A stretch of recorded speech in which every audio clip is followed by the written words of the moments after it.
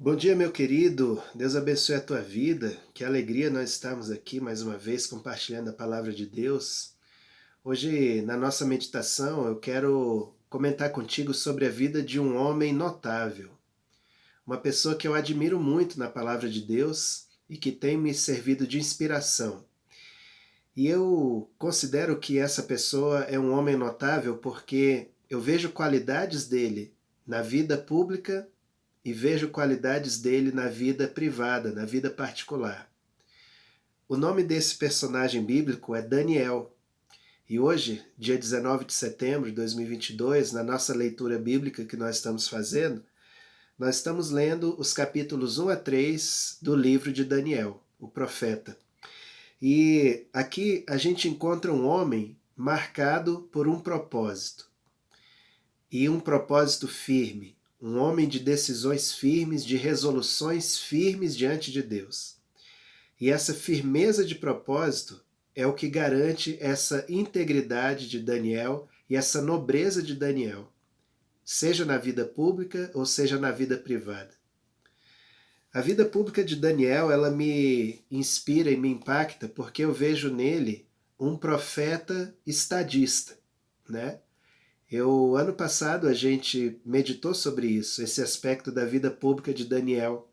Se você tiver curiosidade, você pode ir na playlist aí Palavra Viva 2021, mais ou menos nessa mesma época, em setembro, né, que corresponde à nossa leitura anual, nós meditamos sobre esse aspecto público da vida de Daniel, o profeta estadista.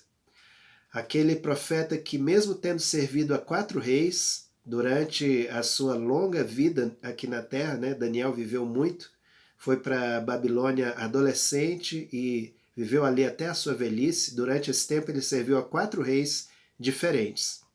E mesmo tendo servido a 4 reis tiranos diferentes, ele manteve a sua integridade, manteve os pés no chão e a sua cabeça no céu. Nunca se desconectou do seu chamado e do seu propósito, mas serviu a Deus com integridade e cumpriu o seu papel profético naquela geração. E agora, hoje, nesse ano, eu quero meditar um pouco sobre a dimensão pessoal de Daniel. Algumas coisas que a gente vê na vida pessoal dele que nos impactam e nos ensinam a como proceder. Antes de tudo, Daniel era um adorador dedicado ao Senhor. Nada o demovia da condição e da postura de rendição a Jesus, ao Senhor, né? Jesus ainda não tinha sido revelado. De rendição ao seu Deus. Daniel era profundamente comprometido e rendido ao seu Deus, né? E aqui no capítulo 1 tem um texto que ele serve de chave para todo o seu livro, porque ele mostra o fundamento que existia no coração de Daniel. Daniel, capítulo 1, versículo 8, a Bíblia diz assim: resolveu Daniel firmemente não se contaminar com as finas iguarias do rei, nem com o vinho que ele bebia. Então pediu ao chefe dos eunucos que permitisse não contaminar-se. Essa resolução firme, né? Algumas traduções dessa resolução firme aceitam a seguinte interpretação: Daniel assentou no seu coração, fundamentou no seu coração. Então imagina quando se constrói um prédio, né? Um prédio de muitos pavimentos. Eu morei em Águas Claras, ali na região dos prédios, num prédio antigo, e quando eu fui morar naquele prédio, quase não tinha outros prédios ao redor. Então eu vi muito esse procedimento da quando se cavam as fundações e se assentam as fundações de um edifício de muitos pavimentos. São fundações profundas, são fundações com concreto e ferro e muito material para que fique realmente uma obra bem consolidada, bem estável, bem firme, que nada mova do lugar. E eu comparo essas fundações desses prédios grandes como essa fundação no coração de Daniel. Daniel resolveu firmemente, ele assentou, fundamentou no seu coração não se contaminar. porque ele sabia que ele era diferente. Ele vinha de um povo diferente, tinha um Deus diferente. Por isso ele resolveu firmemente, assentou no seu coração não se contaminar. E a razão dele não comer as comidas que o rei comia e os demais nobres e jovens do império ali comiam, não era tanto a questão da dieta, embora de fato a opção que Daniel fez por uma comida mais baseada em frutas, legumes e verduras realmente fosse mais saudável do que os guisados, os preparados, os condimentos, aquilo tudo. Mas a razão não era dieta. A razão era porque as comidas naquela época eram consagradas, sacrificadas aos ídolos. Então eram comidas que conscientemente se sabiam que eram oferecidas e dedicadas aos falsos deuses, aos ídolos daquela terra. Por isso Daniel resolveu não se contaminar, porque ele sabia que participando daquilo ele estaria trazendo para dentro do seu corpo algo que tinha sido dedicado a outro poder e a outro Deus que não era o seu Deus. Então ele fez isso mais por uma questão de fidelidade a Deus do que por dieta. Mas mesmo assim Deus melhorou o seu aspecto e dos seus 3 amigos em relação àqueles demais consumidores das iguarias do rei. Eu quero fazer um paralelo disso. Na verdade, não é a questão de comida tanto, né? Mas é a questão de inversão cultural que estava acontecendo ali, né?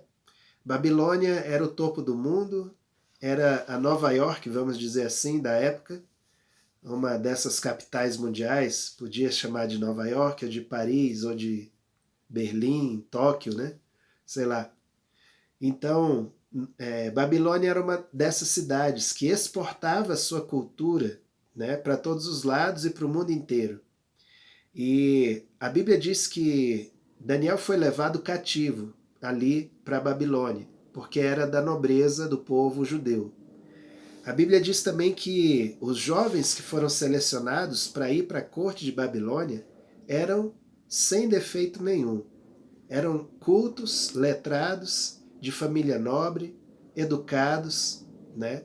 E foram ali para o topo do mundo. Então imagina, né? Daniel foi ali para aprender a cultura dos babilônios, a língua, a sabedoria, tudo aquilo para servir diante do rei da Babilônia. Então imagina que Daniel foi para o Instituto Rio Branco, né? Ser um diplomata ali de Babilônia. E naquela formação ele teve acesso ao topo do mundo, ao fino da cultura, ao fino dos recursos. Eu fico me perguntando se nós, na mesma oportunidade, teríamos a mesma fidelidade a Deus e o mesmo compromisso que Daniel teve. Ele só teve essa fidelidade, esse compromisso, por causa disso que nós falamos lá do começo, porque ele assentou firmemente no seu coração não se contaminar.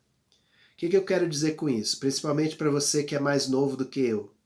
Você que ainda tem, teoricamente, mais anos de estrada e caminhada e oportunidades. Você pode ir para o topo do mundo.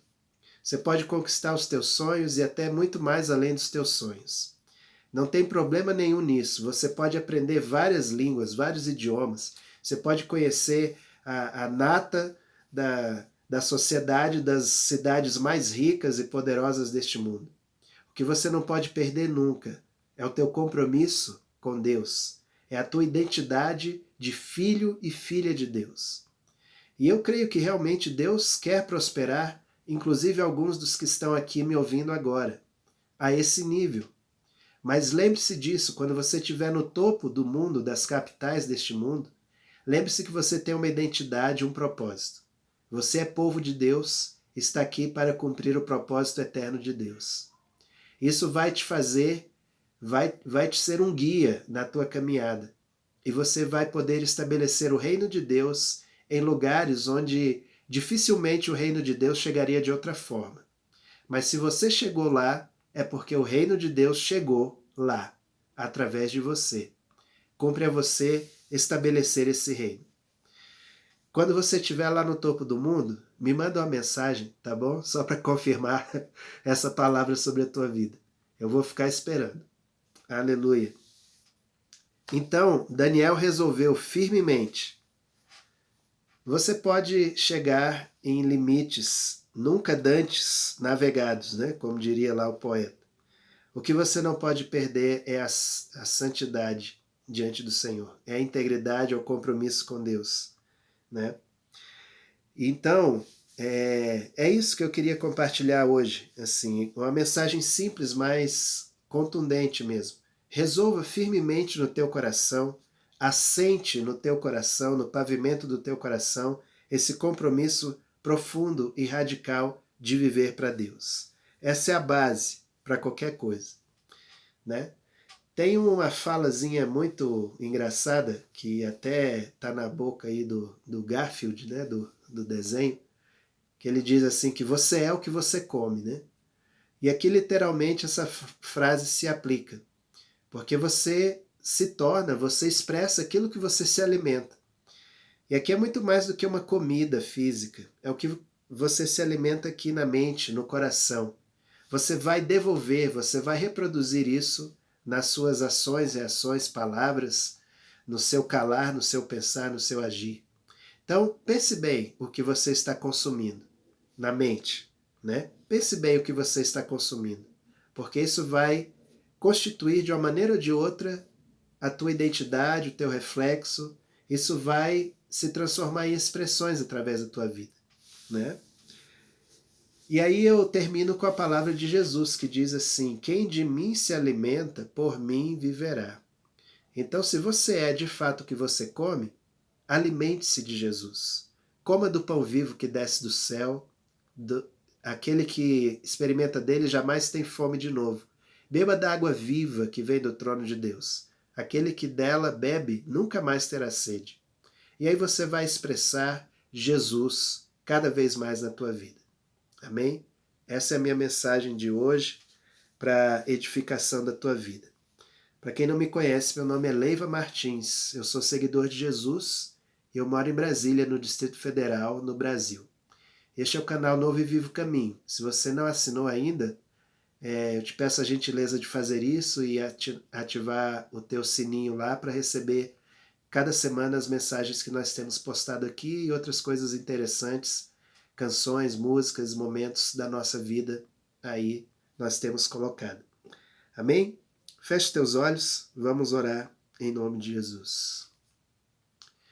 Obrigado, Senhor, pelo exemplo vivo de Daniel, que nos inspira, Senhor, também a firmar em nosso coração um compromisso profundo e radical contigo, de resolver não se contaminar, mas nos separar exclusivamente para o Senhor Jesus em nossas vidas.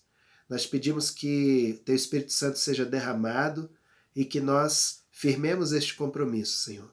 Nós queremos cumprir o nosso propósito, nós queremos expressar todo o investimento de graça, de poder, de amor e de moderação que o Senhor derramou em cada uma das nossas vidas.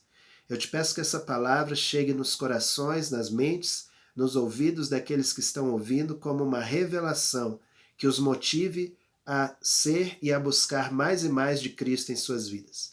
Assim eu oro e te agradeço por essa palavra, pelo teu Espírito Santo tão doce e precioso aqui conosco nesse momento, Senhor. Que essa unção, essa graça alcance o coração e a vida de cada um dos que ouvem essa mensagem neste dia, em nome de Jesus. Amém e amém. Amém, querido. Deus te abençoe. Tenha uma excelente semana na presença de Deus, nesse mês de setembro abençoado.